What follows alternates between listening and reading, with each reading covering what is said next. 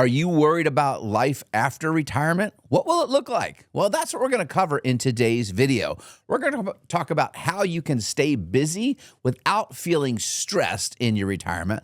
We're also going to talk about the importance of maintaining your social connections. This is vital to a successful retirement. And we're also going to talk about how you're going to spend your time. Are you a lifelong learner? Do you have passion projects you want to pursue? Maybe there's a new career on the horizon. That and more coming up in today's video.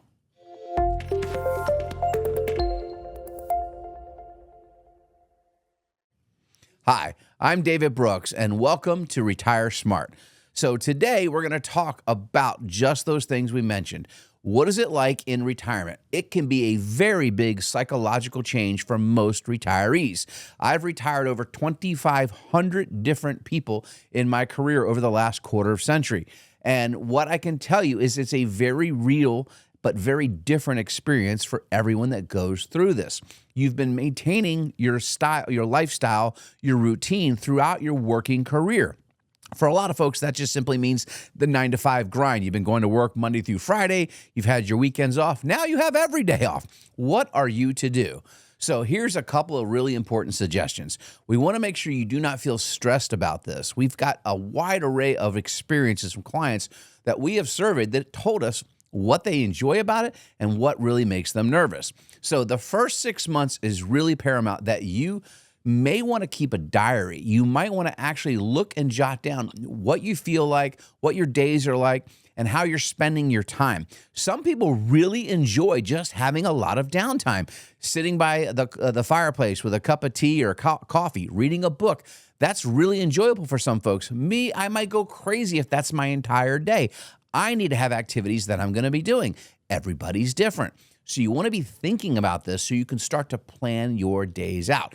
In that first 6-month period, you may have to adjust what you spend, how you spend money, etc. If you've worked with a qualified and competent financial advisor, they should have a written inflation-adjusted income plan ready to go. So day one of retirement, you know exactly where your income is, where it's coming from, how much is spendable. In other words, how much will be after tax expenses, healthcare, everything. And how much, are you allowed to spend? Are you overspending in that first 6 months or underspending? Because then your planner should be able to adjust your income plan based on your personal reality. Now, some people have bucket list items they want to go tackle, worldwide travel. It doesn't matter. Some people just want to tinker in the garage, maybe restore an old motorcycle or car, etc. What matters is that you find the happiness for your retirement. An additional challenge you must be aware of is if you're married like I am, your idea of a great day in retirement may be very different from your spouse's. So have the conversation. Ask the questions. How would you like to spend your time? If one is a traveler and one's not, it may be difficult to get those things on the books. We'd highly recommend that sometimes you maybe get travel partners. It doesn't necessarily have to be your spouse. In other words, maybe the spouse goes on 1 or 2 vacations with a year, but if you're somebody that really wants to travel, we have clients that have gotten groups and friends where 5 or 6 people go together and experience new places while their spouses who do not like travel use that time as their own alone time to do the things that matter to them. Either way, you want to have a plan and idea what the fulfillment is going to be for you. How are you going to feel each day? Maybe you just want to dote on grandkids. Maybe you're willing to be a babysitter. Maybe you don't want to be the babysitter. But if you're not thinking about this, if you're not asking these questions, what does it look like?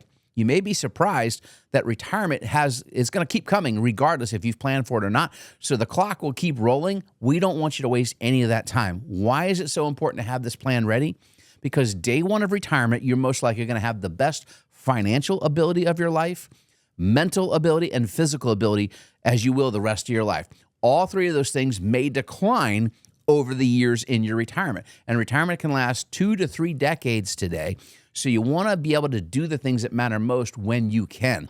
It does you no good to keep saving and investing your money or have an investment professional tell you, oh, don't spend any of your money and grow it until you have such a large pile, but you're in 90s and have no physical ability to go do the things that matter most. So plan out the early years of your retirement. We refer to them as the go-go years because after the go-go years, you're going to go to the slow-go years and eventually the no-go years. That brings me to point number 2. You're going to have a wide variety of things that you're going to be able to do. You are going to start to diminish from mental ability, physical ability, and potentially financial ability, depending on how much you've saved, throughout the length of your retirement. The longer it goes, the worse all those could potentially get. Having and maintaining your social connections is really critical here, because in the early years, if you were a traveler or were doing hobbies and things that brought you fulfillment, you kind of kept yourself going. You didn't really need the connections. But if you don't maintain those social connections when you need them during the slow-go years, you may not have them available. So maintain relationship with friends from work, friends from your local church or synagogue or wherever you may have a place of worship, or any local clubs. Maybe you're in the car club or something like that. Maybe you're volunteering and you've developed friendships there. But maintaining these social connections, even if it's just meeting for a cup of coffee once a month, will get you engaged with people, getting you verbalizing and asking questions. One of the biggest things that cognitive function declines is if we don't actually use our motor skills. Talking, literally just talking to people, can keep your mental ability higher than those that sit at home and isolate at home. So make sure you're keeping social connections. Even if you have kids or grandkids that live far away, with today's technology, you can use your iPhone or something similar and FaceTime and have conversations, but it's really critical you maintain those relationships throughout your retirement. You are often going to do better and feel better about your retirement if you have those connections, and there's plenty of studies to prove just that. Now, the last topic we're going to cover today is, what are your passion projects? Are you a lifelong learner? Do you want to go back to school? Believe it or not, a lot of retirees, about 12% of all retirees, decide to go back to college, go to community college or even a local university just to learn a new skill. Obviously, they're not worried about getting a degree, but some do. It's just something they want to accomplish. But they get fulfillment from doing this. Are you a lifelong learner? That may be something on your bucket list, to go learn a new skill.